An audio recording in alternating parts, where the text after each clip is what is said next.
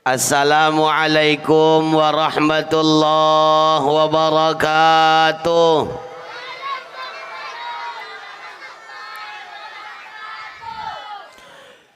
Bismillahi walhamdulillah. Nahmaduka ya zal jalali wal ikram ala ma akmalta lana min dinil Islam. Wa nusalli wa nusallim ala nabiyil huda war rahmah al mab'us bil kitabi wal hikmah khataman nabiyyin wa imamim mursyidin sayyiduna wa maulana Muhammad wa ala alihi at-tahirin wa sahabatihi al-warithin li ahkami syari'atihi ila yaumiddin. Amma ba'du, qala Allah Ta'ala fi kitabihil karim wa huwa asdaqul qailin wa biqaulihi yahtadil muhtadun.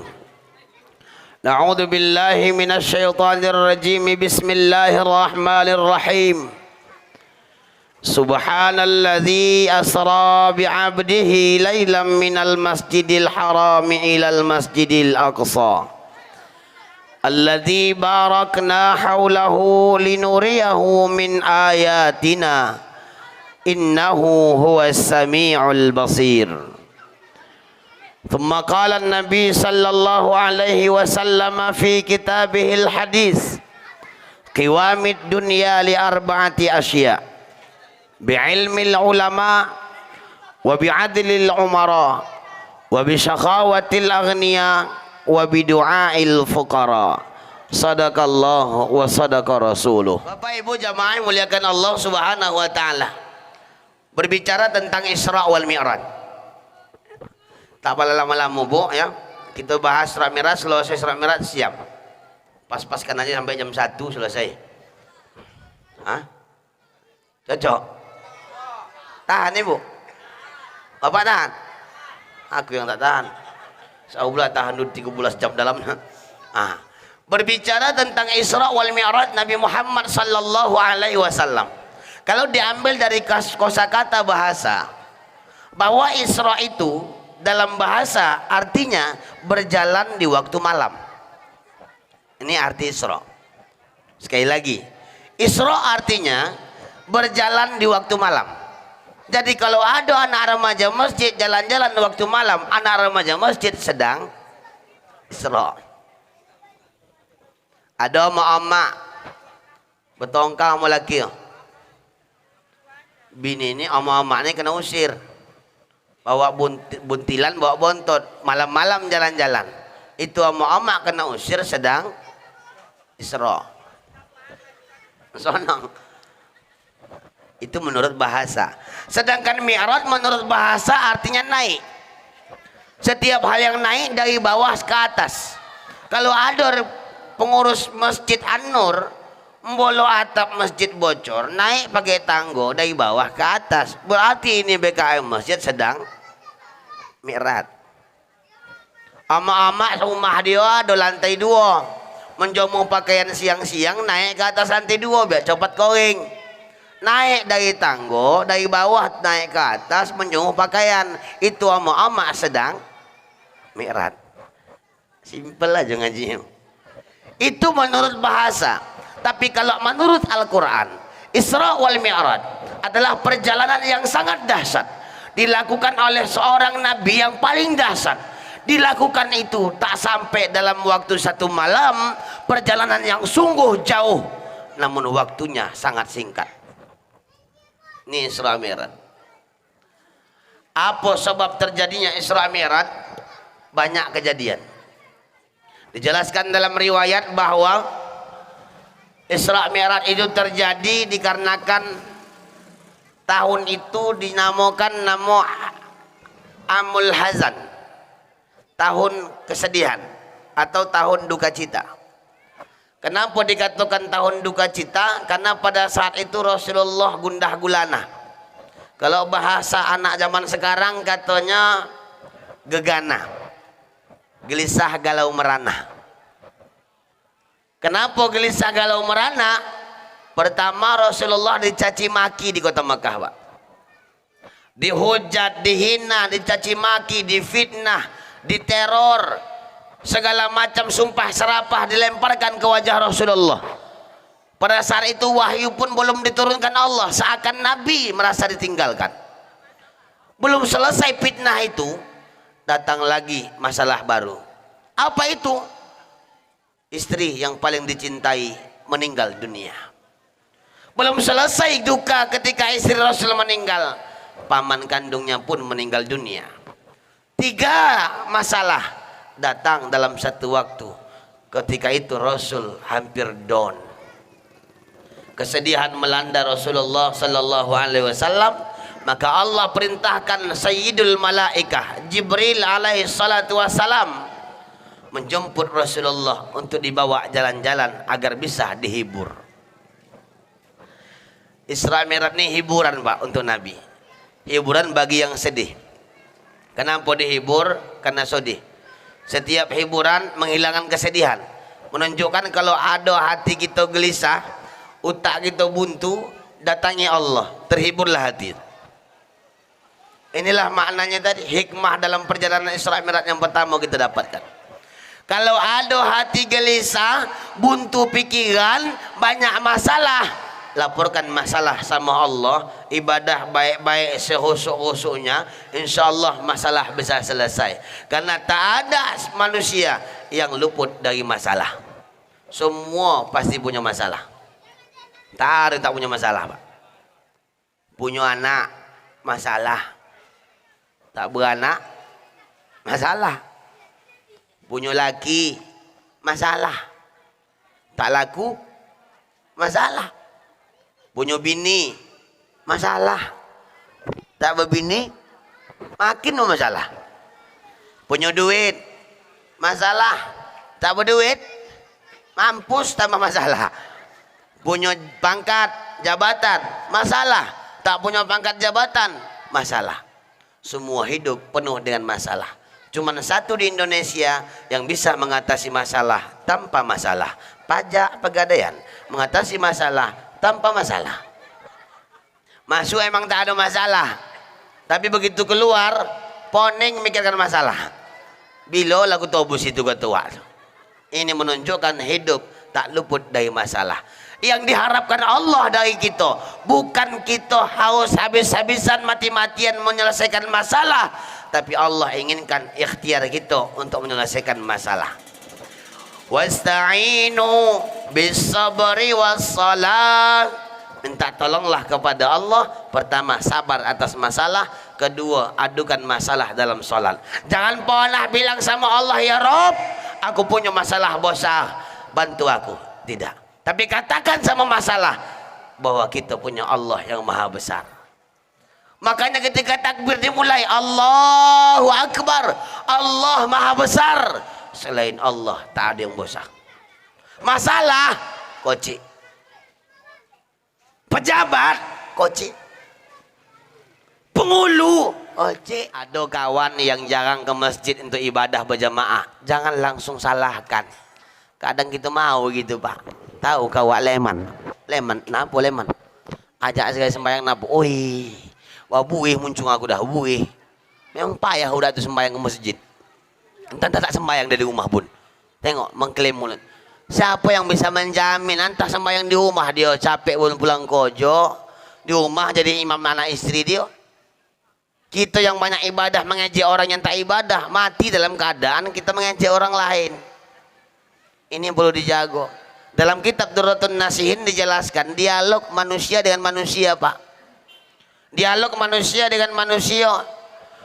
Suatu ketika ada seorang laki-laki melewati pintu neraka. Kita bilanglah laki-laki ini namanya apa lagi nama? Waleman lah, Waleman. Ada Waleman. Untung tak datang dia. Waleman ini lewat muka neraka. Upanya nampak Waleman dalam neraka. Itu BKM masjid. Tapi aku tak bilang BKM masjid An-Nur ya. Pokoknya BKM masjid lah. BKM masjid dalam neraka. Apa ketua Waleman menyapu karena ramah. Assalamualaikum, Wak. Dalam. Ah, Wak kan yang di masjid apa itu kan? Iya. Yang di Guntung Wak kan? Iya. Masjid apa nama itu Wak? Udah nggak usah aku bahas-bahas lagi. Ini aku ini lah udah lotih sakit udah sakit. Lancip bona muncung kau menanyo. Lewat aja kau lewat. Tak tahu kau menahankan yang sakit. Lewat aja kau. Bukan begitu Wak. Aku kan penasaran. Wak dulu imam masjid kami. Sembahyang 5 waktu, Wak lah jadi imam kami. Bahkan kalau tak datang Wak, macam tak sonang aswati kami itu berjemaah. Kenapa Wak bisa masuk neraka? Padahal Wak jadi imam. BKM jadi imam. Di sini BKM jadi imam gua. Hah? Tidak kan? Berarti tak di sini Pak. Begini Cito. Cito lah Pak. Mana tahu bisa menjadi motivasi aku. Kata Sulaiman tadi. Aku uang guntung tuh tahu aku imam. Betul, aku pun tahu Wak. Aku berjemaah sama Wak. Rupanya Allah juga lebih tahu. Maksud Wak, aku jadi imam bukan karena Allah. Aku jadi imam biar nampak orang fasih bacaan aku. Aku menganggap aku lah yang paling elok. Kalau tak aku jadi imam, tak sah sembahyang uang tuh. Pernah dulu sekali aku diganti jadi imam. Gagal pengulu baru nih gitu. Kenapa pengulu baru? Biar tahu kau Leman. Begitu berganti imam tuh tak datang aku selama. Kenapa Wak? Tak sah aku dia jadi imam. Allah upaya tahu. Apa kata Wak? Upanya kata Leman. Ku bilang lah sama tu. Tahu kau pengulu. Belum lahir kau lagi pengulu. Aku dah jadi PKM. Tiba kau datang jadi pengulu. Kau ganti aku pengurusan PKM tu. Tak sonang kau sama aku pengulu. Tak onda aku sembahyang ke masjid tu lagi. Kata Wak dalam neraka tu. Jadi gaya itu ya Wak. Iya. Aku menyesal. Allah tahu hati aku bukan karena Allah. Tapi karena pengen dipandang orang lain. Gagal itulah aku masuk neraka. Kata Wak tu. Kasihlah Wak yo. Yo balik aku. Yo lelok kau tu. Wak tu bukan libas di neraka tu. Oh jalan. Simpang surga jumpa Pak. Jumpa sama perempuan apa lah aku bilang. Cuman takut pula aku salah cakap. Salah cakap dibilang pula nanti payah salah cakap sekarang. Karena Ustadz menyebutkan pelacur tak boleh. Tak boleh kalau Ustadz menyebut pelacur. Tapi kalau orang biasa menyebutkan pelacur boleh. Macam kejadian tu ada dulu kan di Jakarta ada bilang apa bahasa Jepangnya delonte gitu. Tak boleh nyebut-nyebutkan tak boleh. Katanya padahal cemano dia begitulah, jangan dibosi-bosikan dan dihalus-haluskan lagi sebutannya. Kalau kita sebutkan dia namanya PSK, pekerja seks komersial, berarti halus bahasa itu dia menganggap dia pekerja. Soalnya hati dia, coba memang betul dia pelacur, dibilang pelacur. Bilang lonce. Ada anak-anak banyak. Jumpa orang begitu dalam surga Pak. Wak Leman makin bingung. Waktu imam masjid masuk neraka. Kenapa dia masuk surga? Penasaran ditanya. Kak. Oh Kak. Apa Bang? Akak dulu yang di Pasar Mereng tuh kayak. Dan kau lah tahu Glenn tempat itu di mana? Curiga kau nih Glenn. Yang di Pasar Mereng tuh Kak, kadang arah-arah ke Sebejangkar ya Kak. Kadang kalau hari Jumat agak-agak ke Sungai Balai. Paham Bung lu ya? Hari Minggu ke pantai paham Bung lu. Oh langganan apa? Hari Minggu nanti ke pantai. Udahlah Bang, gak usah Bang bahas-bahas itu lagi lah. Kata yang pelacur dalam surga tadi Pak. Bukan begitu. Oh, dan penasaran kata uang guntung tadi. Kenapa? Apa menyebabkan kakak masuk surga nih? Karena setahu aku begini, kau juga kak, udahlah nggak usah bahas-bahas lagi lah Bang. Udah dalam surga nggak usah bahas-bahas. Abang kan juga pelangganku dulu, katanya pula lagi. Aku pernah hampir sering gitu Pak. Kalau membaca aku di Langkat, dari Medan ke Langkat tak jam, 1,5 jam lah. Jadi pulang membaca jam 1 jam 2 udah dari Langkat ke Medan, ku turunkan kaca mobil, ku ku buka lobay, ku buka soban. Lewat aku di situ. Ku tawar, ku tanya lah pula kan nawar lah aku kan nawar biasa lah menawar-nawar biasa kan karena jualan ya tawar lah pula kan. Ku bilang gini, berapa kak? 200 bang, katanya sama kamar. Ku bilang lah pula kan, iya bang, nggak bisa kurang lagi kak. Buka dasar nih bang, buka dasar. Terus berapa lah matinya kak? Ku tanya lah kan, ya katanya celi lah. Apa tuh celi? Cepet limpul. Oh, cepet limpul lah kak? Iya, itu sama-sama AC. Enggak lah bang, baik kipas angin lah kita. Anti nyamuk, sopel lah bang, sopel. Kalau di kamar lain boleh nggak aku nyari kamar? Gue bilang pak, nggak bisa lah bang, kami nggak dikasih bos kami. Tak berapa lama ku pakai sorban, ku pakai lobiku, ku pakai peci. Apa kata waktu? Oh Ustaz, ya udah sama Ustaz gratis ngambil berkah. La ilaha illallah. Ambil berkah pak. Orang seperti itu jangan sepele, jangan dihina, biarkan dia berbuat semau dia.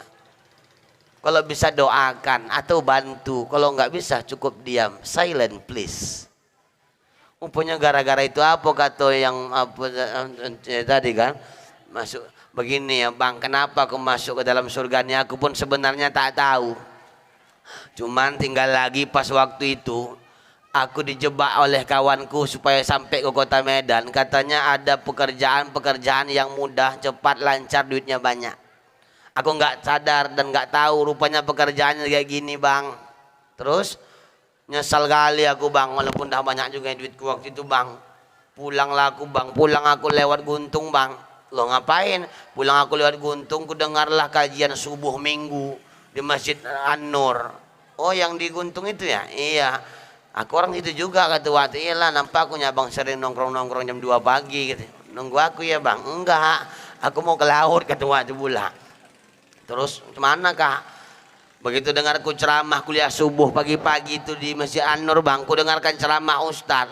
Kata Ustaz itu, siapapun yang ingin bertaubat kepada Allah sebanyak buih di tengah lautan pun dosanya, kalau dia mohon ampun kepada Allah, dosanya akan dihilangkan oleh Allah. Setinggi langit dan setinggi gunung pun dosanya, kalau Allah mengampunkan, semua dosanya akan terhapus dengan taubatan nasuha. Berjanji tidak mengulanginya lagi dan sudah memperbaiki diri. Dari itu bang, ku dengarkan ceramah Ustaz tuh bang, pulang aku ke kontraanku bang, pulang aku ke kos-kosanku bang, nangis aku sejadi-jadinya. Masuk aku kamar mandi, aku mandi tobat bang, aku salat sunat tobat. Habis itu aku minta ampun sama Allah. Pulang kampung aku buka usaha kecil-kecilan, rupanya mati, tobatku diterima Allah.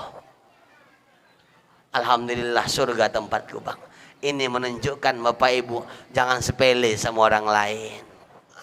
Balik kaji kita, bahwa perjalanan Isra Mi'raj itu ketika sudah dilaksanakan oleh Rasulullah Sallallahu Alaihi Wasallam, perjalanan Isra bumi diawali dari Masjid Haram ke Masjid Aqsa, dari masjid ke masjid, minal masjid ilal masjid. Kenapa Allah tidak menjelaskan minal masjidil haram ila sama atau ila sidratil muntaha? Kenapa harus melalui masjid-masjid? Menunjukkan kepada kita pentingnya masjid dalam kehidupan. Manusia dengan masjid tak ubahnya seperti ikan dengan air. Air sama ikan, ikan itu tak akan bisa jauh lama-lama dari air. Kalau jauh lama-lama mati. Begitupun kita tak bisa jauh lama-lama dari masjid. Cuman kebanyakan kita udah hendak mampus bau ke masjid. Selagi sehat tak hendak ke masjid. Apalagi BKM udah berubah. Aku kok dia BKM tuh hendak aku sama yang masjid. Nah apa pak? Hancur kali, hancur. Semua hendak cakap dia dengar. Alah pak terawih itu. Kamu lah terawih, aku masjid sebelah aja lah. Rela dia sampai ke simpang Sianam tuh. Simpang Sianam sembahyang. Terawih rumah di dekat masjid, cuma gara-gara pengurus BKM berganti. Kalau tak elok tak cakapan sama pengurus BKM, jangan tak bercakapan sama masjid. Kata Allah dalam hadis kursi bahwa sesungguhnya rumah-rumahku di dunia adalah masjid. Siapa yang masuk ke rumah Allah berarti tamu Allah. Kalau udah jadi tamu Allah, pasti hidupnya bahagia. Diservis tuh. Ya Pak ya. Masjid. Apalagi udah awalnya musola jadi masjid, berarti progresnya, peningkatannya sudah luar biasa. Siapa yang memakmurkannya? Kita, masyarakat kampung nih. Masjid udah ada, yuk makmurkan masjid. Kenapa dari masjid ke masjid dibuat Allah Ta'ala dalam Quran surah Bani Israel? Pertama, peran aktif manusia sama masjid. Yang kedua, tempat mengadu sama Allah tuh bisa melalui masjid. Bukan cuman fisiknya yang dibaguskan.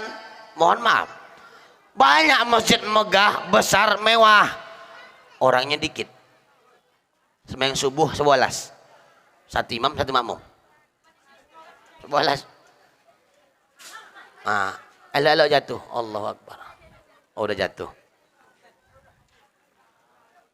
Makmurkan masjid dengan segala macam aktivitas. Masjid bukan hanya untuk sembahyang aja, Bu. Mohon maaf. Bukan hanya untuk sembahyang aja di masjid. Semua apapun yang hendak dibuat di masjid, sentral, pusat segala-gala untuk kepentingan umat. Apapun masalah ke masjid. Penghulu ada musyawarah desa ke masjid. Kepling, kadus ada musyawarah ke masjid. Ama-ama hendak wirid masjid. Anak muda hendak ngumpul masjid. Jago nih masjid. Apapun problemnya ke masjid, apapun anda hati ke masjid. Nih, karena Nabi ketika hijrah dari Mekah ke Madinah, yang pertama dibangun bukan rumah sakit, bukan posko kemenangan, bukan tempat orang tentara, bukan markas polisi, tidak. Tapi yang dibangun Rasulullah adalah Masjid Quba, masjid pusat sentral segala-galanya. Apapun itu ke masjid.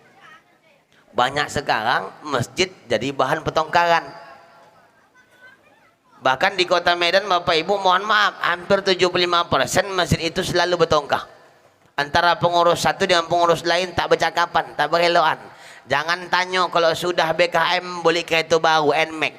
Bercakap orang jadi kedai kopi. Kau tengok duit pembangunan dimakan. Tengoklah, kau sumbang banyak, itu boleh kereta dia. Tak tahu dia BKM baru dapat harta warisan. Tuduh, tiga kali atau 4 kali berganti panitia pembangunan masjid. Masjid siap-siap. Kenapa? Selalu beribut dan bertengkar. Hilangkan keegoisan. Ini rumah Allah. Jangan mencari keributan di rumah Allah. Siapa yang membangun rumah Allah walau satu sak semen, Bapak Ibu, Allah akan bangunkan semisal itu di dalam surga, rumah untuk dia. Kita sembahyang takbir Allahu Akbar, tutup sama salam. Dari takbir sampai salam, pahala sembahyang siap. Ada orang berangkat haji umroh, pulang haji pulang umroh, pahala haji umroh selesai. Puasa, sahur, buka, habis buka, pahala puasa habis. Tapi ada sebuah pahala yang tak pernah habis-habis. Walaupun sudah kita selesaikan pekerjaannya, walaupun kita sudah tak lagi berdaya, bahkan walaupun kita sudah mati, bahkan sampai di ujung akhirat, pahala masih mengalir walau satu sak semen. Itulah pahala sedekah. Ini luar biasanya sedekah. Batu bata sebiji kita antarkan ke masjid. Tapi tak ada juga lah utak wah kan cuma sebiji. Kalau usah dikasih sebiji 300 limpul. Entah 100 biji, 200 biji. Kerikil tu entah sebeko diantar. Beko togop motor beko. Pasir entah sebeca. Golak kalian cerita beca aku. Baru ini aku ceramah jobot pakai beca. Jobot pakai beca. Aku bilang tak ada uang kayu di kampung kalian tu. Mobil kalian tak ada mobil. Bukan aku hendak anak-anak mobil, tidak. Dia kereta beca menjobot dah. Cakapnya pula tadi tengah jalan ada mobil Ustaz tapi pick up. Kau pikir aku lombu? Aku bilang lah. Aku tak ambulan sekalian menjobot lah. Kejadian ini. Naik becak ini balik kan tak tahu aku naik apa lagi. Naik becak jalan kaki kan. Bu, rumah Allah. Bangun rumah Allah. Kadang kita sibuk membangun rumah kita sendiri. Padahal begitu mati, rumah itu jadi rebutan. Harta banyak dikumpul-kumpul, ladang banyak berhektar-hektar, sawit banyak berkebun-kebun. Duit gomok ATM tuh. Begitu meninggal, apa pun tak dibawa.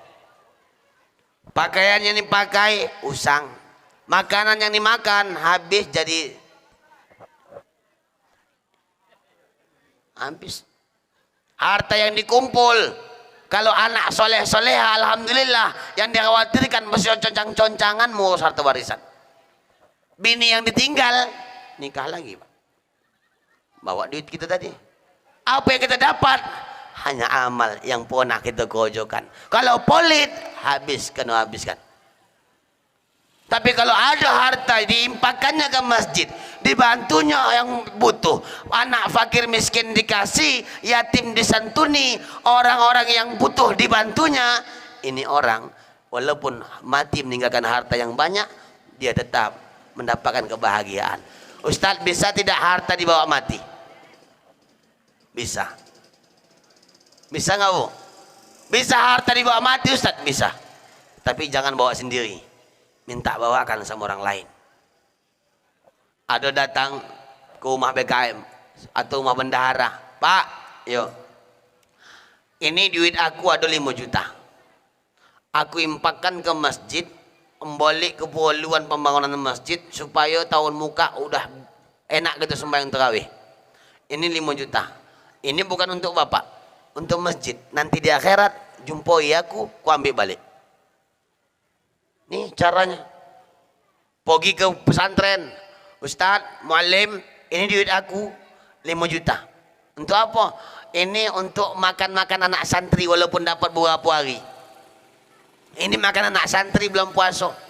Ini Ustadz, ku titipkan sama Ustadz. Nanti di akhirat ku ambil balik. Nih luar biasa. Ada anak yatim kasih. Yakini bahwa orang yang bersedekah pasti kaya. Tak ada uang bersedekah makin miskin. Jangan nunggu kaya baru bersedekah. Tapi bersedekahlah pasti kaya. Bu, Bu, di akhirat itu Pak, kojo kita tak banyak. Kojo kita di akhirat cuma 2. Mengicap sambil menggeleng kepala. Tahu mengicap? Sambil menggeleng kepala. Kenapa? Ditunjukkan Allah bukti-bukti yang telah ada. Datang malaikat ngasih duit 700.000. Malaikat Jibril ngasih duit 700.000. Nih, sujok 700. Duit apa ini, Kat? Mensingkat aja ini kan. Duit apa ini, Kat? Untuk kau. Duit apa ini? Kau jangan begitu kau sogo aku ya? Tidak, untuk kau ini. Duit apa ini? Coba cerita dulu. Dulu, waktu Isra Mi'raj di Masjid An-Nur, kau ku tengok menyumbang 10.000. Terus, Allah berjanji dikali lipatkan 70 kali lipat. 10.000 kali 70 kali lipat, 700.000. Inilah duit kau tuh. Apa kita buat, Pak? Kok tahulah aku begini malaikat? Tak mau aku 10.000 aku sumbang. Kuasa habis waktu aku kasih semua. Mengicap sama geleng. Nengok surga yang begitu indah dengan permadani terbangnya, dengan segala macam kecantikan bidadari dan keindahan segala macam malaikat yang datang. Apa kita bercakap sama malaikat tu, Bu? Oh malaikat, apa Wak? Ini Wak Jomah manggil nih, Bu. Apa Wak? Itu surga malaikat. Iya, untuk siapa? Awalnya untuk Wak. Jadi sekarang udah balik nama. Kenapa balik nama? Disuruh Wak patuh sama laki dua aku. Macam mana buat? Apa kata Wak tu? Kok tahu aku begini hadiah? Apa kata laki ku ikuti? Kenapa kita tak mau kayak gitu? Tak yakin sama akhirat. Tak yakin kita sama joki Allah Ta'ala tu. Kita hanya meyakini aku kojo ke laut dapat gaji, duit aku makan untukku. Padahal setiap tetes keringat yang kita hasilkan ngejoki ada hak orang lain di situ. Ini yang perlu diterapkan hari ini. Puasa sudah dokat. Banyak-banyak bersedekah, banyak faedah. Bu, Hei, aku ada cerita nih. Ceritanya agak panjang. Cuman cerita ini rahasia. Rahasia nih Pak. Saya belum bilang kamu lain. Ini Bu lu. Jangan sampai kemana-mana. Bu, rahasia nih. Cerita ini ada di kampung itu sahabat Nabi Muhammad, pedagang penjual kapuk. Kalau kami bilang kapas, penjual kapas. Setiap hari dia jualkan itu ke pajak, ke pokan. Modal dia membeli kapas tuh dari pokok 1 dirham. Dijualnya 2 dirham. Dia ambil untung 1 dirham, Pak. Setiap dia menjual 1 dirham, untung dia 2 dirham. 1 dirham lah untung dia. Laku tiap hari laku.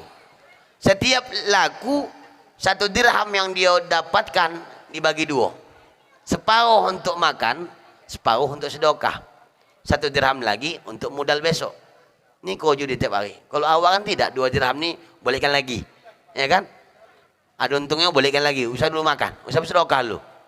Karena apa nak sedekah karena payah kata waktu. Rupanya tengok buktikan apa nih? Dorang cerita lelok dan tidur. Oi, oh, ibu yang sekarang ini kau orang tu tonton lagi doang. Hantar orang situ.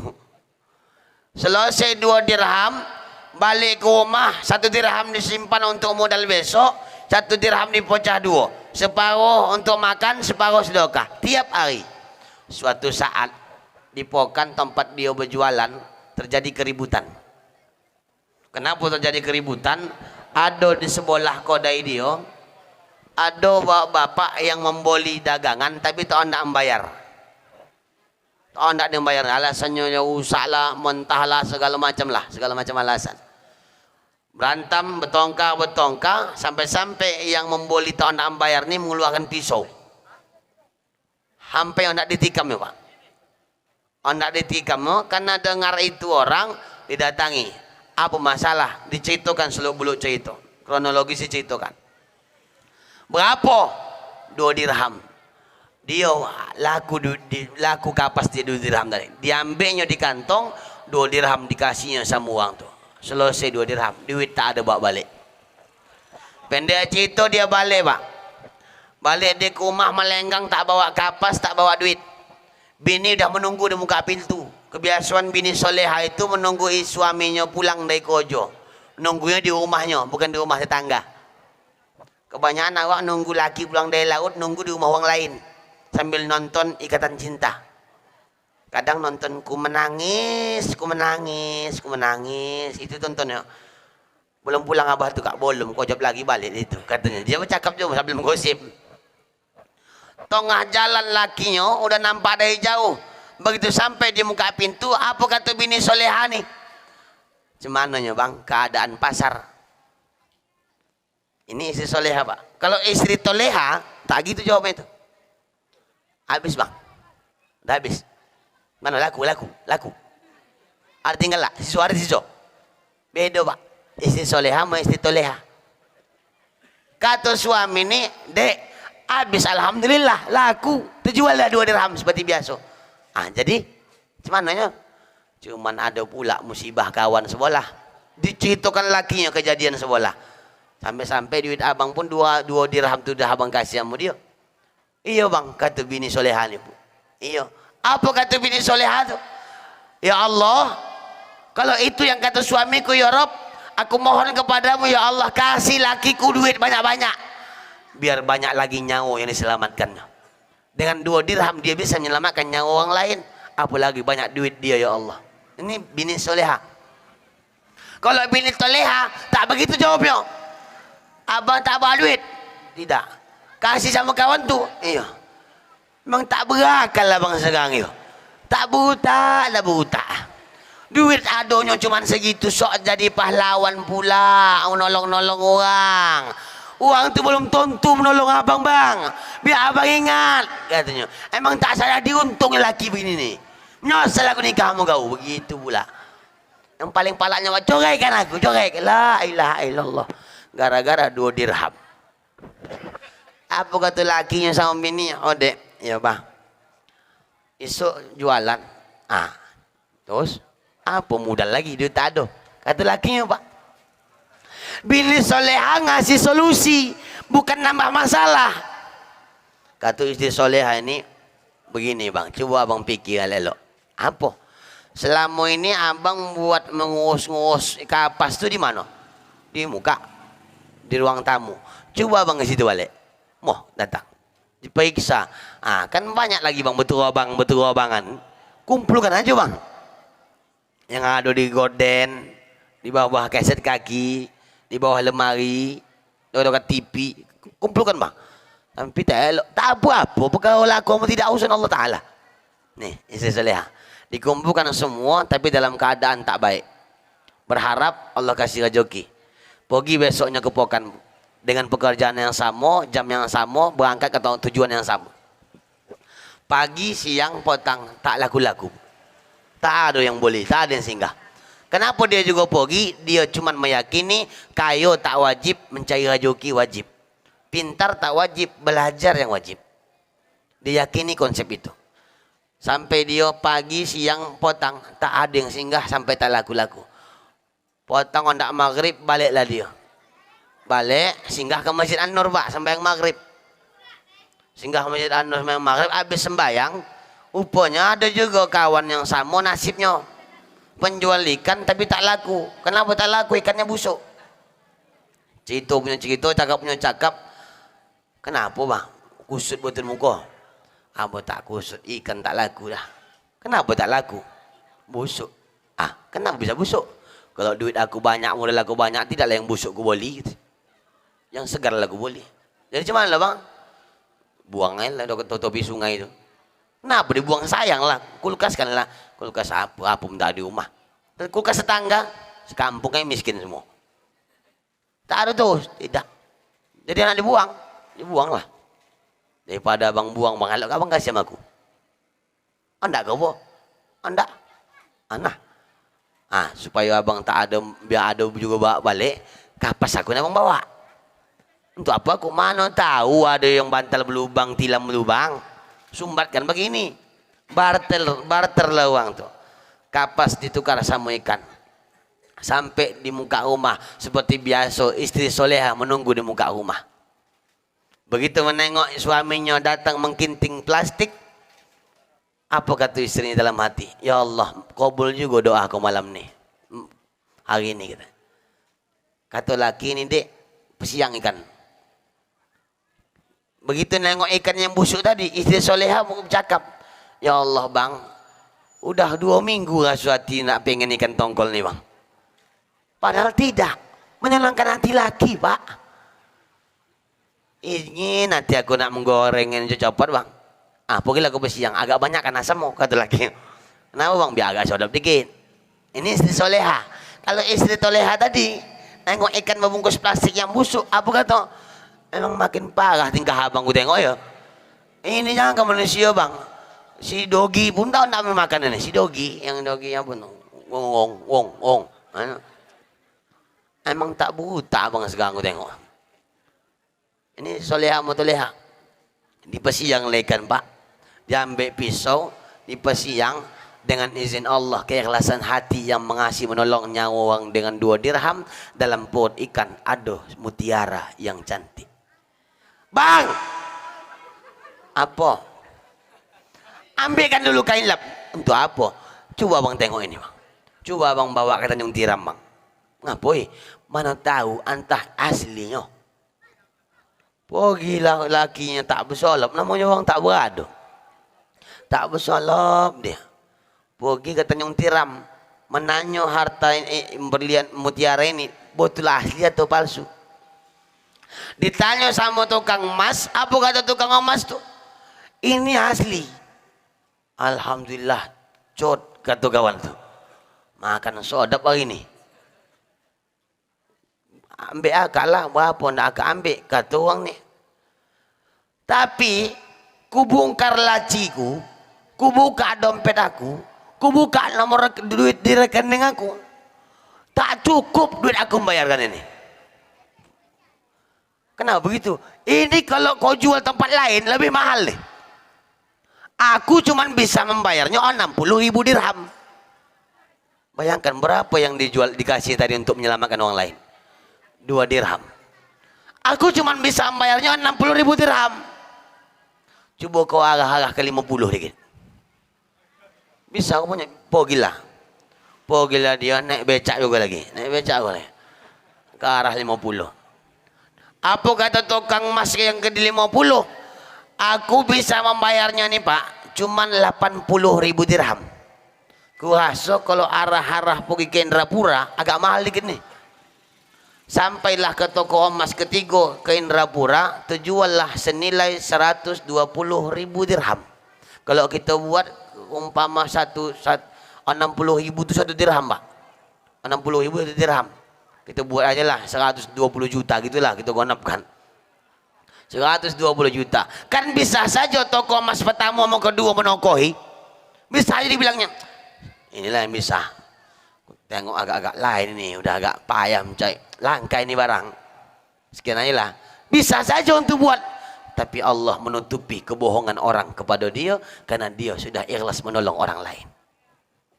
Terjual 120 juta. Berkoper bawa duit.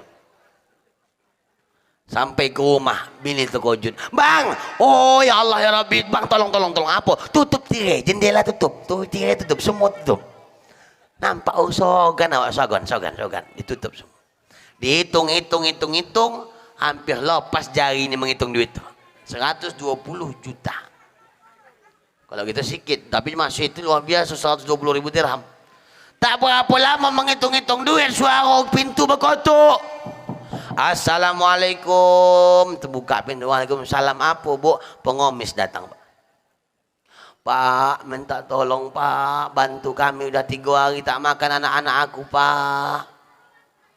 Datang bercakap sama bini. Apa kata bini soleh? Oh salah bini soleh. Bini soleh aku tanya dulu Bu.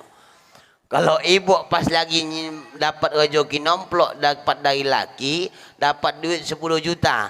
Pas lagi menghitung-hitung duit, datang uang Masjid An-Nur minta sumbangan pembangunan masjid. Yang ibu kasih berapa?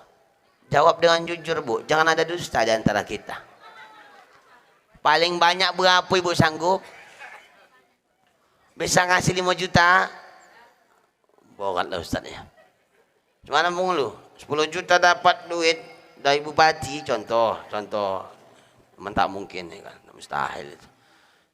Datang uang minta sumbangan, kasih terus 5 juta. Sanggup? Tidak. 10.000? Cepat menjawab. Kenapa kita menganggap duit sedikit itu bisa? Kita hanya berpikiran, cukupnya untuk dia nih. Habis dia rumah aku mau orang lain, berkumpul juga. Itu pikiran kita. Tapi kita tak tahu hakikat ujian dari Allah. Ujian bukan hanya kesusahan. Kesenangan pun ujian dari Allah. Miskin, ujian. Kaya pun ujian. Berapa banyak orang miskin ibadahnya. Tetap ibadah kuat luar biasa minta kaya. Begitu kaya, sombong minta ampun. Sa'labah contohnya. Ketika dia tak punya harta minta doa sama Nabi ya Rasulullah. Tolong kau doakan aku kaya apa ya Rasul. Kenapa? Karena pada saat itu Sa'labah sholat asal ke sholat ke masjid, sarungnya sholat Allahu Akbar, habis salam cabut. Begitu Nabi membalikkan badan, Nabi bertanya, mana Sa'labah? Balik ke rumah ya Rasul. Tiap hari begitu Rasul tak mengklaim langsung, dia utus sahabat-sahabat. Coba kau cek rumah Sa'labah, apa yang terjadi? Kenapa dia copot balik dari masjid? Belum sampai berzikir, belum sampai doa lagi. Kata kawan ni, betul ya Rasul, ku tengok kenapa dia asalkan dari masjid cepat balik ke rumah. Upa kain yang dipakai yang sembahyang tu ya Rasul, sebiji lah di rumah itu. Karena habis dia sembahyang, pun dipakai bini dia. Makanya dia cepat kali pulang dari masjid. Dari situlah Sa'labah minta doa, ya Rasul doakan aku apa biar kayo. 3 kali didatangi Sa'labah, kata Nabi, kau boleh kambing. Dikasih Nabi langsung kambing itu Pak. Dikasih kambing sepasang, didoakan ya Allah kayokan Sa'labah. Doa Nabi makbul. Lama kelamuan Sa'labah punya kambing beranak pinak. Tak puluhan lagi ratusan. Tak ratusan ekor, ribuan. Tak main impor malah ekspor. Sampai keluar negeri dikirim kambing-kambing Sa'labah. Satu saat datang utusan Sayyidina Umar. untuk ke rumah Sa'labah minta zakat. Pemerintah masih itu minta zakat sama orang-orang kaya. Kata Sa'labah, zakat. Ini perintah Umar. Tidak. Capek aku mencari duit.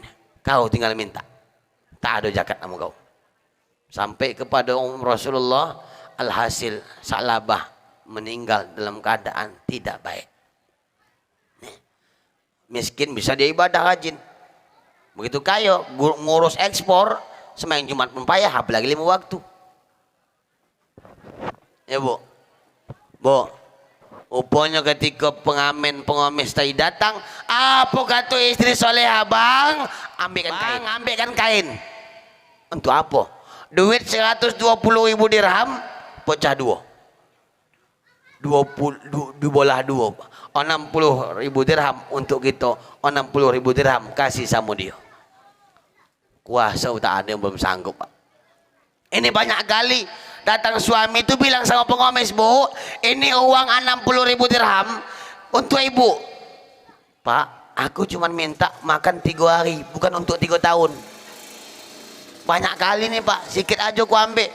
Tidak, ini rezeki dari Allah Ta'ala. Allah titipkan sama kami kasih sama ibu.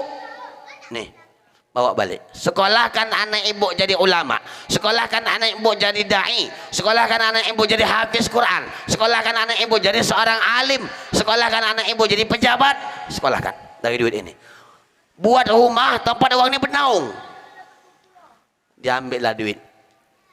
Tak berapa lama pengemis pergi membawa duit 60.000 dirham, datang lagi dia membawa duit 600.000 dirham. Pintu dikotok, apa kata tuan rumah? Tadi kan udah Bu, ngapain lagi? Begini Pak, aku kemari diutus Allah. Mengapain? Mengantarkan duit. Duitku tadi. Bukan cuma duit tadi. Tadi Bapak kasih 60.000 dirham. Ini ku balikkan sama Bapak 600.000 dirham. Dilipat-lipat Allah, ganjaran luar biasa di dunia. Siapa kau sebenarnya? Kata anak muda itu. Aku malaikat yang diutus Allah untuk menguji keimananmu tentang rezeki. Luar biasa. Karena kunci atau konsep sedekah, konsep rezeki, siapa yang banyak mengeluarkan akan banyak mendapatkan. Ada bapak yang suka memancing. Ini mancing ikan Pak, bukan mancing emosi, mancing ikan. Kalau kita mancing ikan, umpannya jatuh dulu baru dapat ikan, atau ikannya naik dulu baru jatuhkan umpan? Pernah kalian mancing ikan lele naik duluan baru campakkan umpan. Kau sini untuk dulu ya. Untuk baru nampak umpan. Ada? Tidak. Tapi pancing dilemparkan dengan umpannya baru dapat ikan. Kocik umpannya, kocik yang didapatkan. Betul? Umpannya cacing, yang dapat paling sofat. Bukan sopan. Tapi kalau udang umpannya boleh jadi dapat ikan yang lebih besar.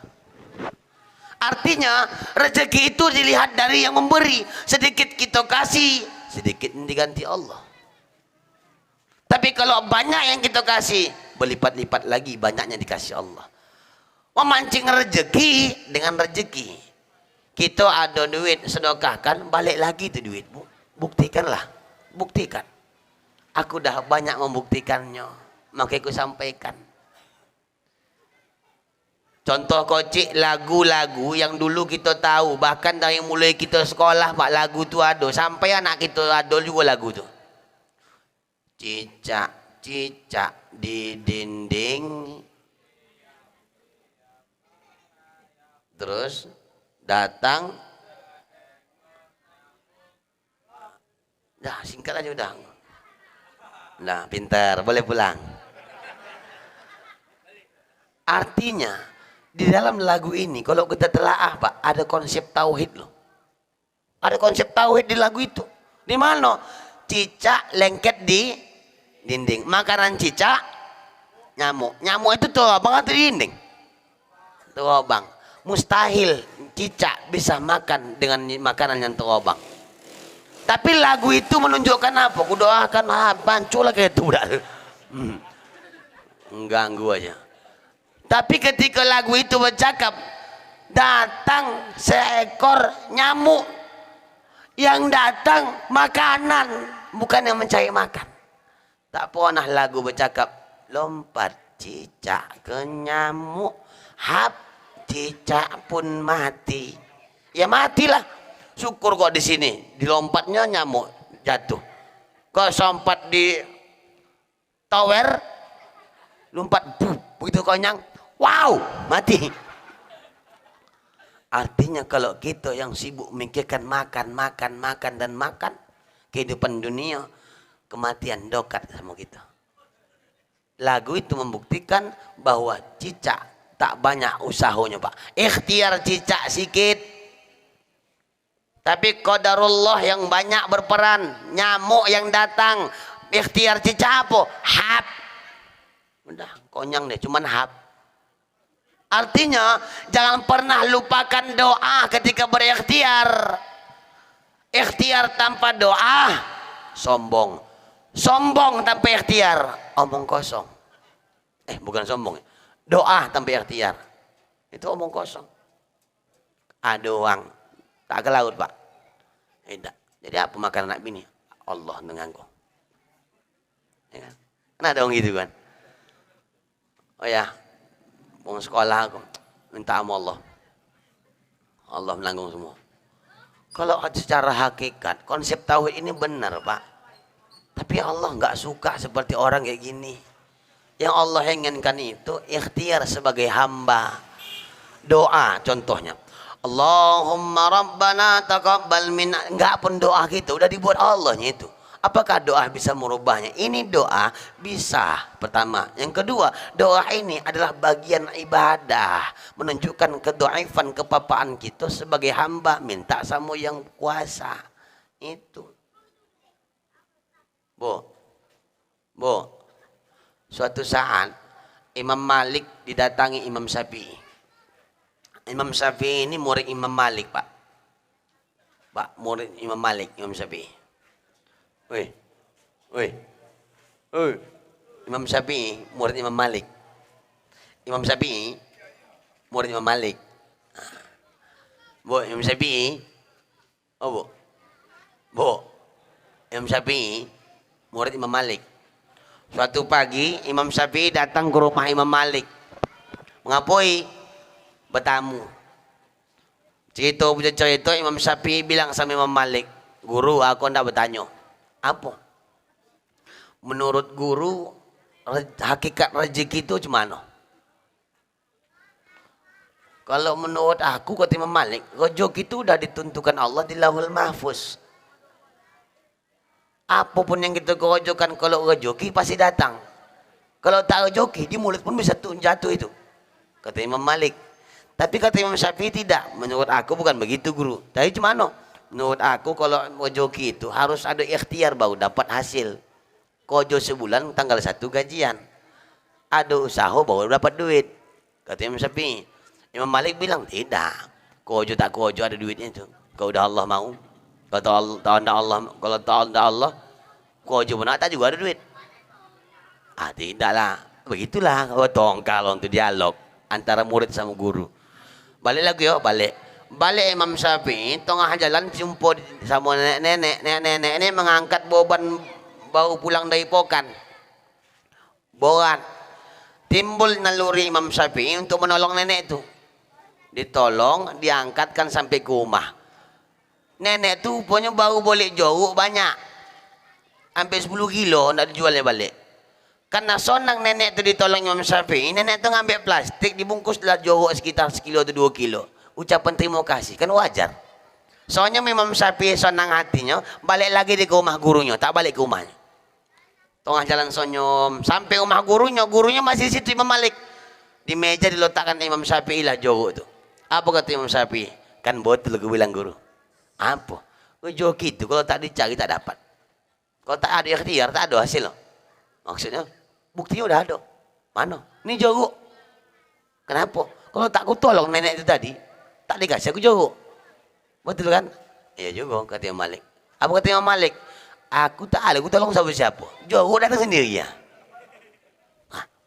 Siapa pun tak ada aku tolong. Kemana pun tidak aku. Tapi jauh dan sendiri.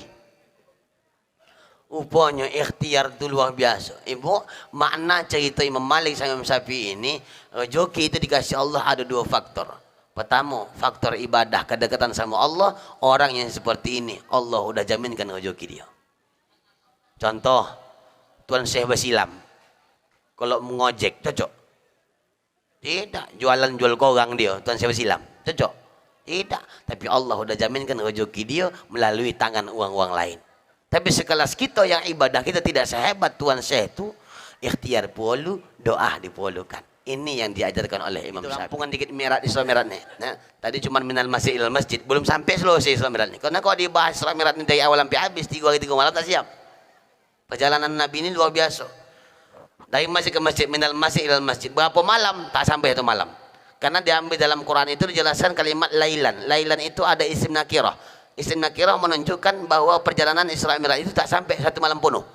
Bisa 1 malam, 2 malam, 2/3 malam, bisa juga setengah detik. Ini perjalanan yang luar biasa yang dilakukan oleh Rasulullah sallallahu alaihi wasallam. Minal masjid ilal masjid, dari Makkah ke Palestina. Jarak Makkah Palestina Bapak Ibu, perjalanan Isra ini 500 km. Minta izin, minta maaf kalau kurang. Karena belum pernah aku ukur langsung.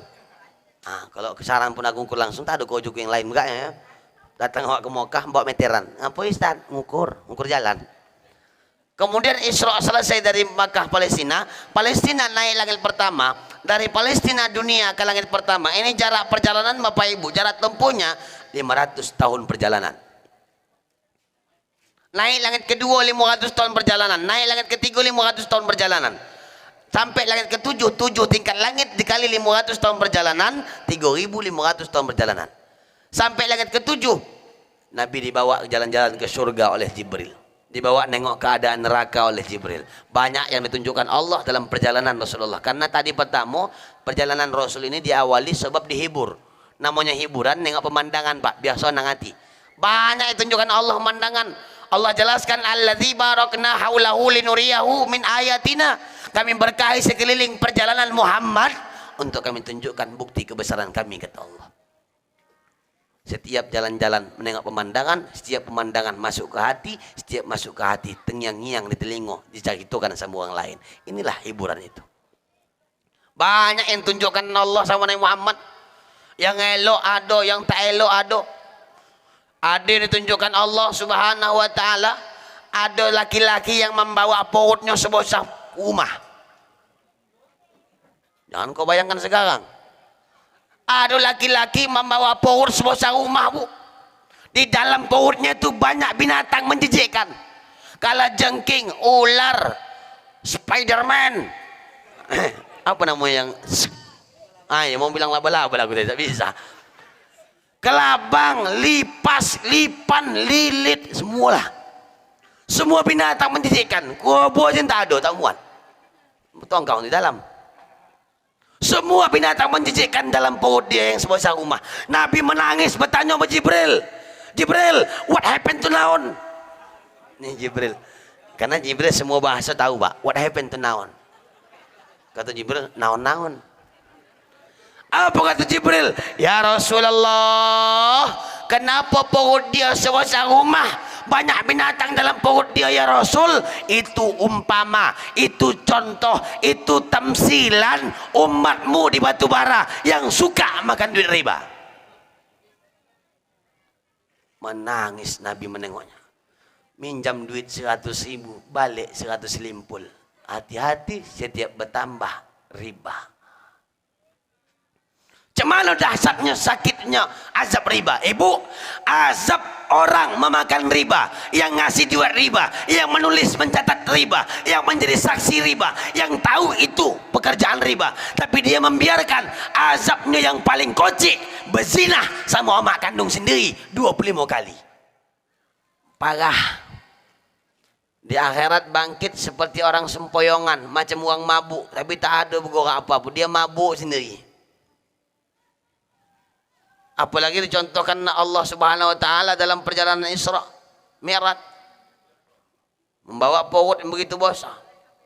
Selain riba, apa lagi Jibril kata Nabi Muhammad? Selain dia makan duit riba ya Rasulullah, dia makan harta anak yatim, dia makan yang bukan hak dia ambil yang bukan hak dia makan duit pembangunan masjid. Nih, lelok. Hati-hati di akhirat. Semua yang ditunjukkan Allah dalam kejadian Isra Mi'raj itu adalah tamsilan, contoh yang akan dijadikan iktibar oleh Nabi Muhammad, disampaikan kepada seluruh umat dan sampai pada ulama-ulama kita. Ulama kita mengarang kitab dan kitab itu kita baca semua. Begitu dahsyat perjalanan Isra Mi'raj, sampai-sampai Jibril bilang sama Nabi Muhammad berhenti dalam suatu tempat. Jibril tak berani dan tak sanggup lagi mengawani Nabi Muhammad sampai ke Sidratil Muntaha. 3 yang berangkat, Buraq, malaikat Jibril sama malaikat Mikail, Nabi Muhammad. 3 makhluk yang berangkat, malaikat, manusia, binatang. Dan manusia, Nabi Muhammad berangkat sampai Sidratil Muntaha. Buraq diikatkan, kemudian Jibril berhenti, tak mau lagi melanjutkan perjalanan sampai Sidratil Muntaha. Jibril bilang, mat, apa Bril? Aku sampai sini aja lah ya. Cepat betul. Ini tak sanggup aku lagi, mat. Kocik betul persahabatan kau sama aku sekarang ya.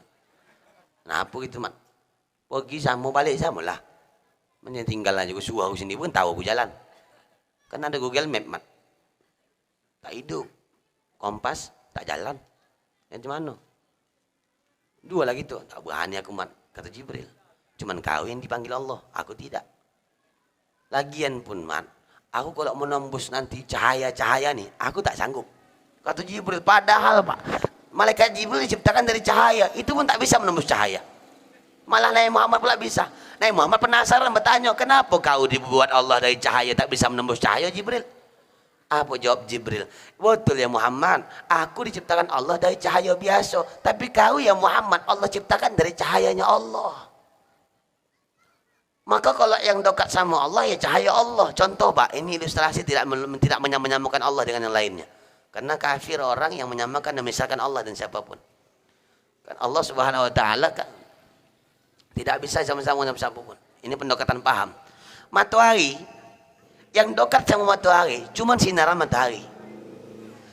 Planet-planet apapun di antariksa, planet apapun namanya itu, ketika dekat sama matahari pasti pecah, hangus. Mars, Bumi, Pluto, Jupiter, Yamaha, Vespa semua ketika dekat sama matahari habis, hangus, terbakar. Siapa yang bisa dekat sama matahari? Sinaran matahari. Begitupun umpama Jibril tak bisa menembus, malaikat apapun tak bisa menembus, Buraq pun tak bisa menembus, yang bisa menembus Sidratil Muntaha adalah Rasulullah. Kenapa bisa? Karena Rasul diciptakan dari nurnya Allah Subhanahu wa taala. Selebihnya diciptakan Allah dari nur Muhammad sallallahu alaihi wasallam. Termasuk itu. Sampailah Rasul berjalan terus, perjalanan dilanjutkan sampai berlabuh di Sidratil Muntaha. Ketika melewati mustawa Rafrafil Akhdar, kemudian berlabuh di Sidratil Muntaha. Sampai di Sidratil Muntaha, kemudian Rasulullah duduk antara 2 sujud, mengucap salam sama Allah. At-tahiyyatul mubarakatus salawatut tayyibatu lillah. Allah jawab salam cinta sama dari Nabi Muhammad.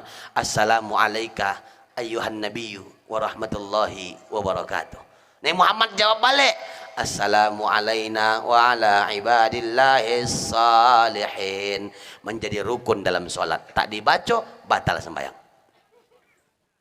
Pulang balik Nabi Muhammad dengan jalan yang sama. Banyak lagi pemandangan lain Pak, banyak yang dilihat Rasul. Ada pada saat itu ada panggilan suara dari sebelah kanan, memanggil-manggil Nabi Muhammad, Muhammad, Muhammad. Tunggu sebentar, berhenti. Nabi Muhammad tidak berhenti. Habis sebelah kanan sebelah kiri pula, Muhammad berhenti. Nabi Muhammad pun tak nak menoleh. Selesai kanan selesai kiri di muka. Lengkap, bukan cuma suara. Ada nenek-nenek perempuan tua yang lengkap perhiasannya, melambai-lambai sambil memanggil Nabi Muhammad, Muhammad berhenti. Nabi Muhammad tidak berhenti. Habis itu tanyanya balik sama Jibril, Jibril, siapa tadi itu? Suara apa ku dengar tadi? Ya Rasulullah, Ketahuilah suara sebelah kanan itu ya Rasul, itu adalah panggilan Yahudi. Kalau kau sauti tadi, umat kau cenderung sama Yahudi. Sekarang aja pun tak disauti Nabi udah hampir-hampir Yahudi awak. Pakaian ndak hati awak aja. Pakaian betina ndak hati tu buka terbelalak, terbuka kuyak semua. Ada yang kekurangan bakal, ada yang lebih bakal sebelah, belum satu lagi kurang. Lengkap, ada yang panjang tapi macam lontong, nampak bentuk semua. Kan macam Yahudi nama. Pakaian macam Yahudi. Semua ikut-ikut Yahudi.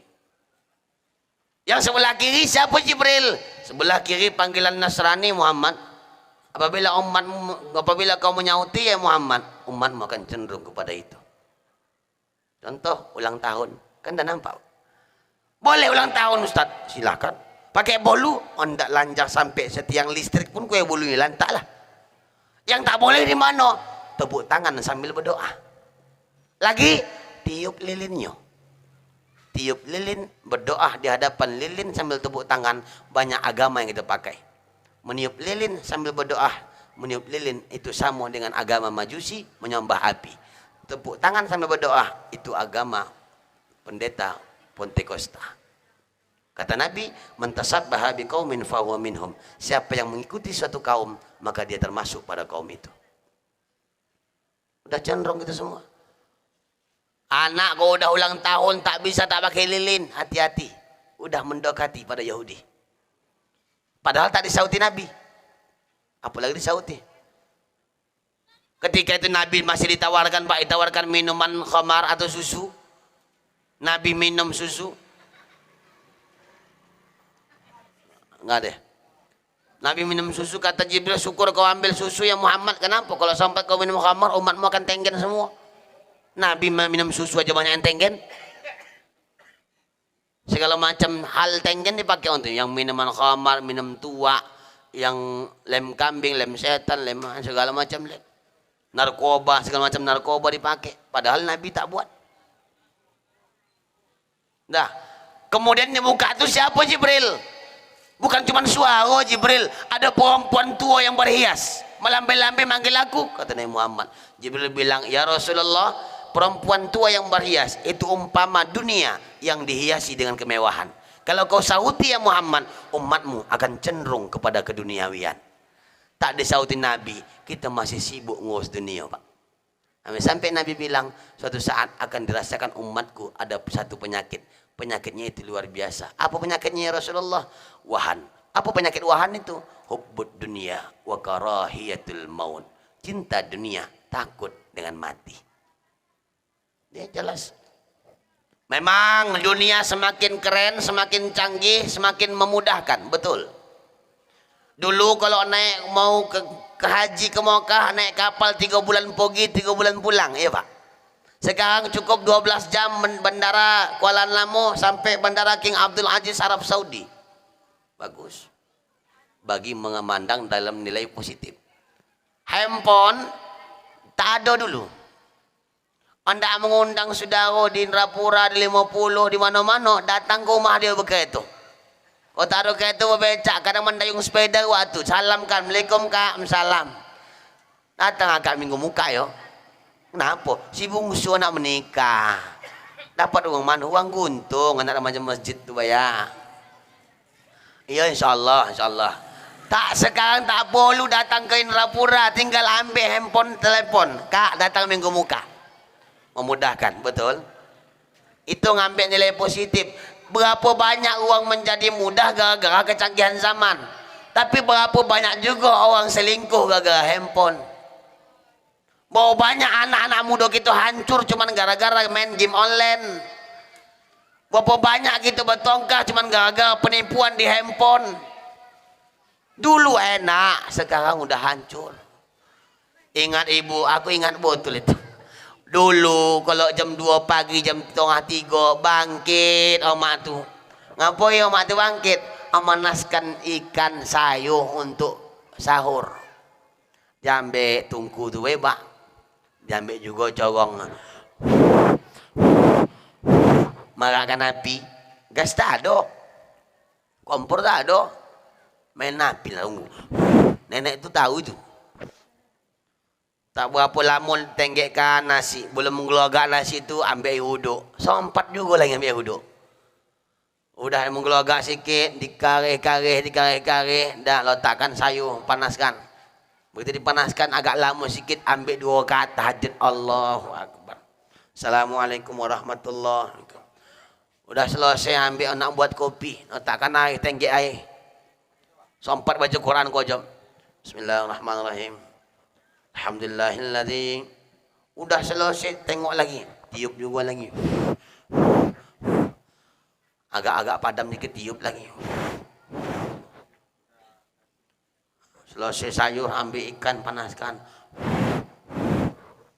Jam 4 bangunkan laki sama anak sabang, sahur, tengok buku awak hitam. Oh ya Allah, meninggal tu.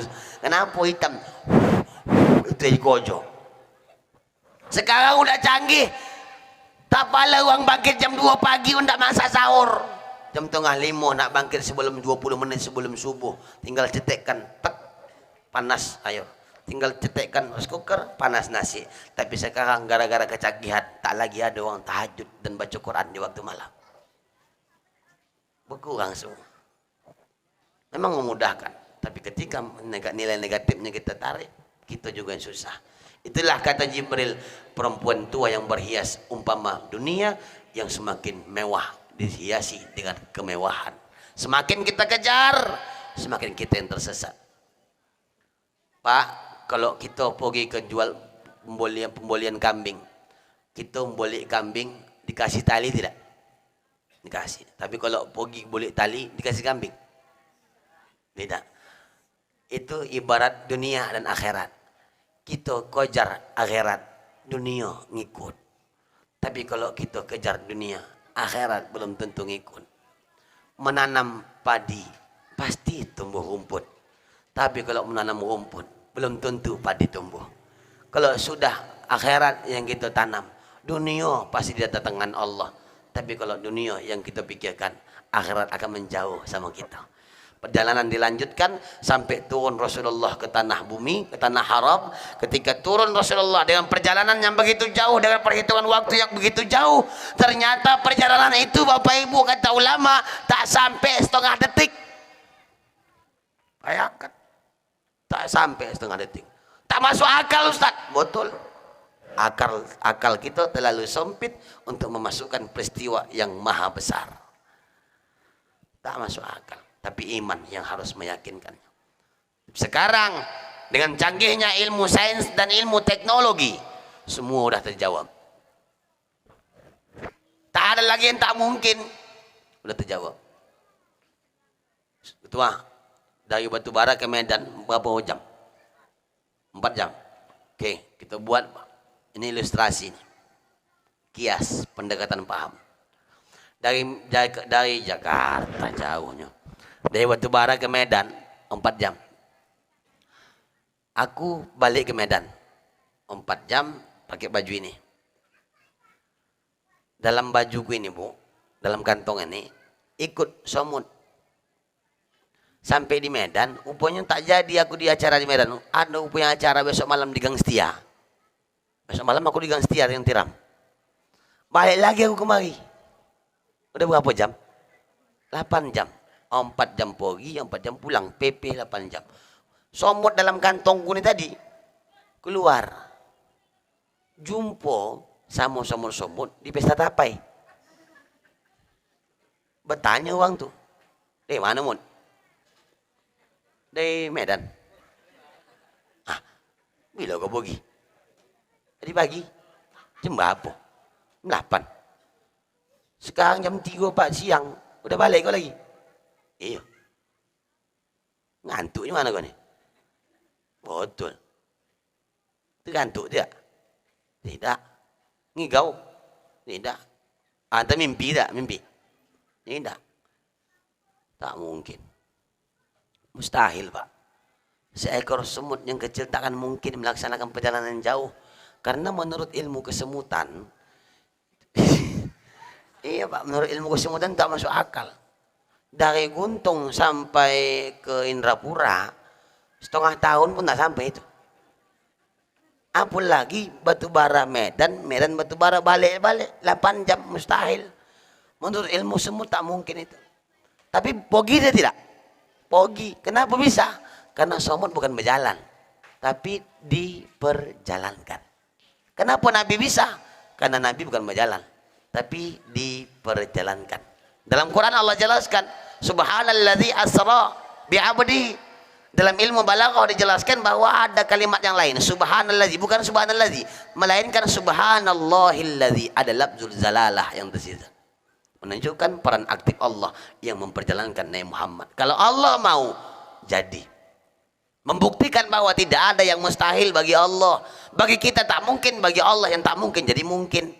Yakin bahwa setiap apa yang kita inginkan dari Allah Ta'ala, Allah pasti berikan. Kata Allah, aku sesuai dengan prasangka hambaku. Positive thinking sama Allah, maka Allah akan berikan apa yang diminta. Kalau menurut akal nggak masuk akal. Contoh, adonyo anak karena ado ayah oma, ado sobab, ado akibat.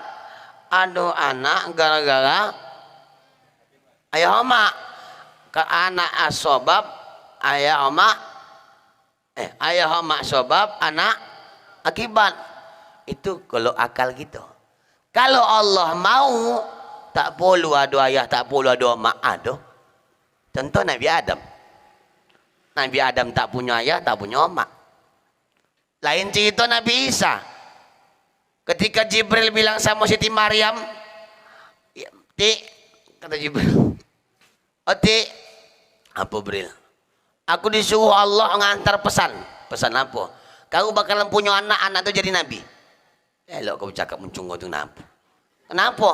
Anakku punya anak laki, aku tak ada. Itu kalau menurut kita, ada anak harus ada mak, ada harus ada laki. Tapi Allah mau Nabi Isa lahir ada mak, tak punya ayah. Tapi aku heran, di batu bara banyak ikut-ikut Nabi Isa. Banyak. Itu kalau Allah mau. Artinya tidak ada yang tak mungkin bagi Allah. Allah tempat segala-galanya. Allah tempat meminta. Apapun masalah minta sama Allah. Ibu, habis boras di rumah, jangan minta sama lagi, minta sama Allah di kuping lagi. Ya, jangan minta sama Allah lagi, minta sama Allah, tapi di tokat telinga lagi. Ya Allah boras habis, ya Allah boras habis. Nah, insya Allah datang boras. Ya, anak-anak muda, yakinkan dalam hati, tak ada yang mustahil bagi Allah. Allah yang berhak melakukan apapun yang anda hati Allah. Qadarullahnya Allah, ketentuan Allah memegangnya. Apapun itu semua Allah menganugerahkan.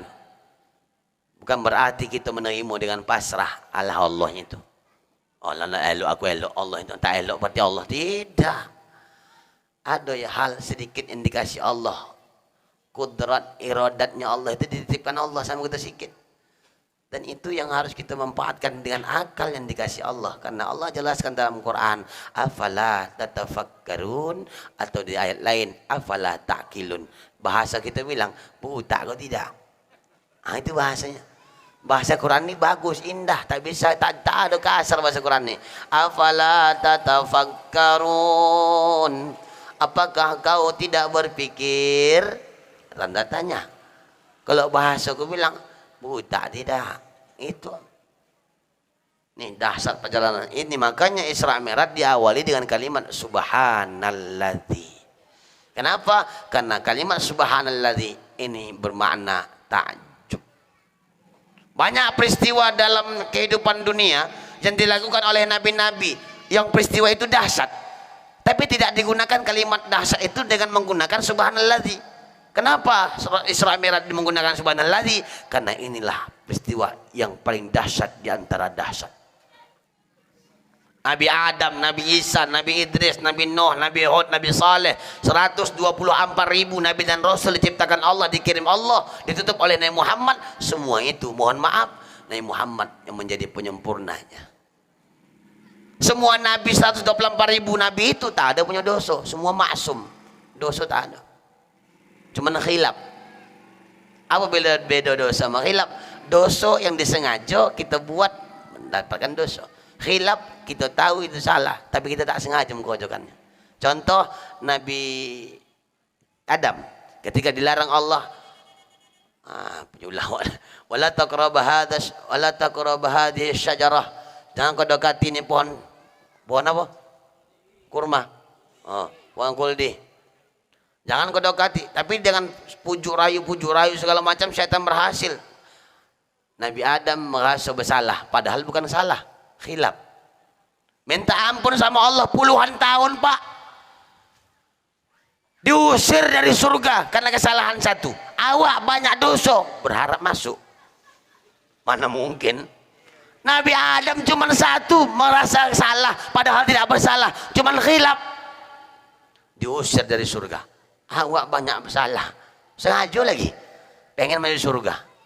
Emang ada orang dalam? Deking ada, boy. Ada deking aja pun berduit. Payah. Nih, kapan diterima doa Nabi Adam? Ketika munajat minta ampun, istighfar Nabi Adam. Apa istighfar Nabi Adam? Rabbana zalamna anfusana wa illam taghfir lana wa tarhamna lanakunanna minal khasirin. Ini istighfar Nabi Adam, Pak. Minta ampun Nabi Adam puluhan bahkan ratusan tahun tidak dimaafkan Allah. Kapan dimaafkan Allah? Ketika Nabi Adam menyebutkan nama Nabi Muhammad. Ya Rabb, bihaqqi Muhammad sallallahu alaihi wasallam, ampunkan dosaku. Bawa garansinya, jaminannya Nabi Muhammad. Apa kata Allah? Adam, dari mana kau tahu Nabi Muhammad tak ada belum? Muhammad belum ada, Pak. Satu-satunya manusia ciptaan Allah Nabi Adam. Dari mana kau tahu Muhammad? Kenapa kau bawa Nabi Muhammad? Jangan kau bawa deking. Kau masuk, maafkan langsung. Kenapa bawa deking? Dari mana kau kenal Muhammad tuh? Ya Rob, aku ingat ada beberapa kejadian.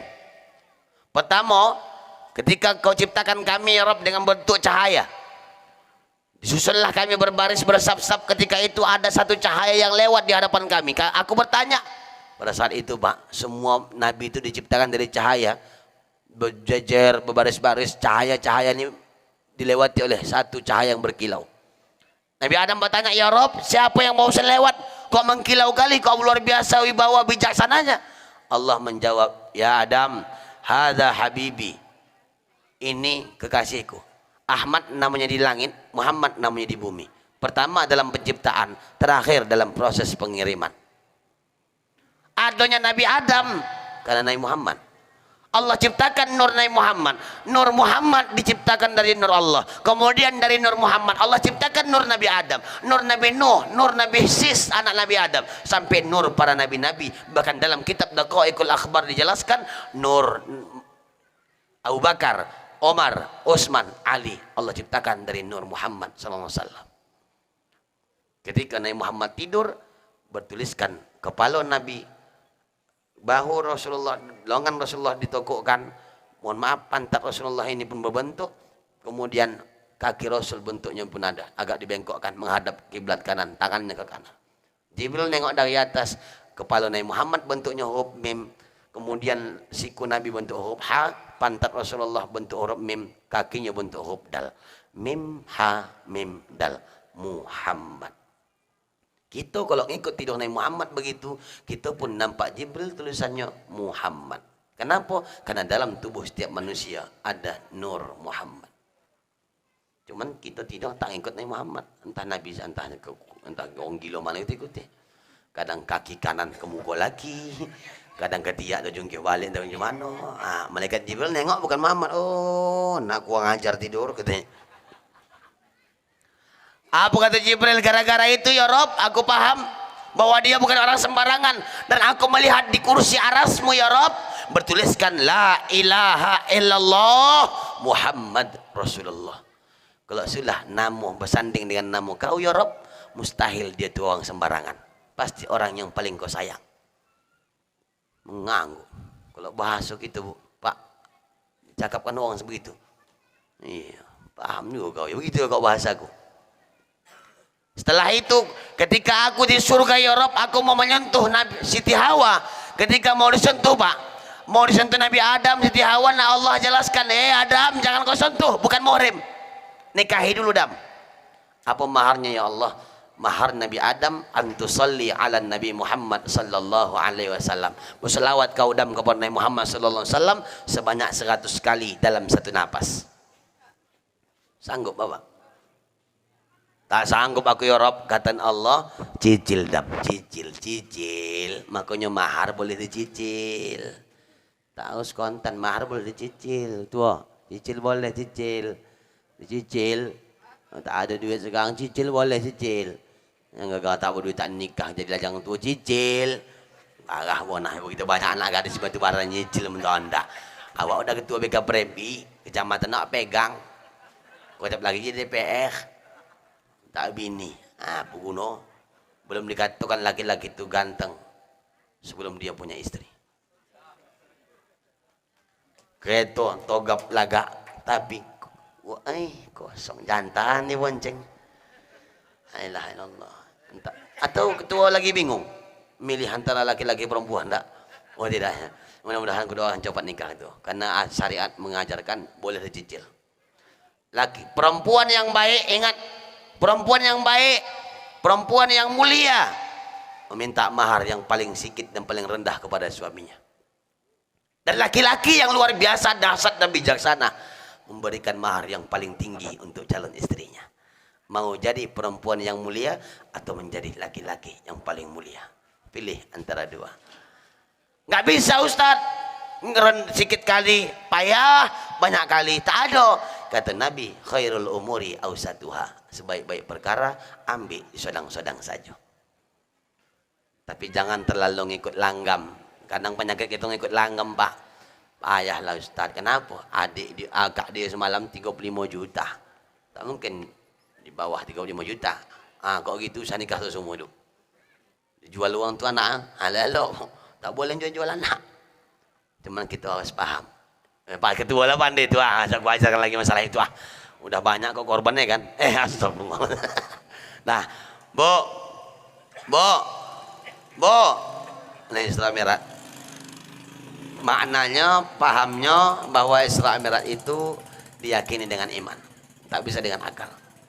Bahwa apapun yang kita lakukan, pertama utamakan akal. Tapi suatu ketika ada akal yang tidak bisa berfungsi, tapi harus diyakini dengan iman kita kepada Allah. Termasuk hal yang gaib, tak bisa diakal-akali. Tapi semua bisa diyakini dengan iman kepada Allah Subhanahu wa ta'ala. Sekira udah lebih jam 12 ya? Lebih kan? Udah lebih jam 12, berarti tanggung jawab panitia lah udah acara 2 hari. Berarti kalau udah 2 hari, aku yakin ini kan sombongnya pun dah. Kok aku tengok bayang-bayangannya, korang robus tengok. Cuman malam-malam gini tak elok pula makan korang. Udahlah, tak usah repot kali ya kan. Usah repot kali. Kalau ada ya alhamdulillah, kalau tak ada nang parah kali lah. Atas segala perhatian, mohon maaf ke segala kekhilafan. Usikum wa nafsi bitaqwallah. Nasrun minallahi wa fathun qarib wa basyiril mu'minin. Assalamualaikum warahmatullahi wabarakatuh.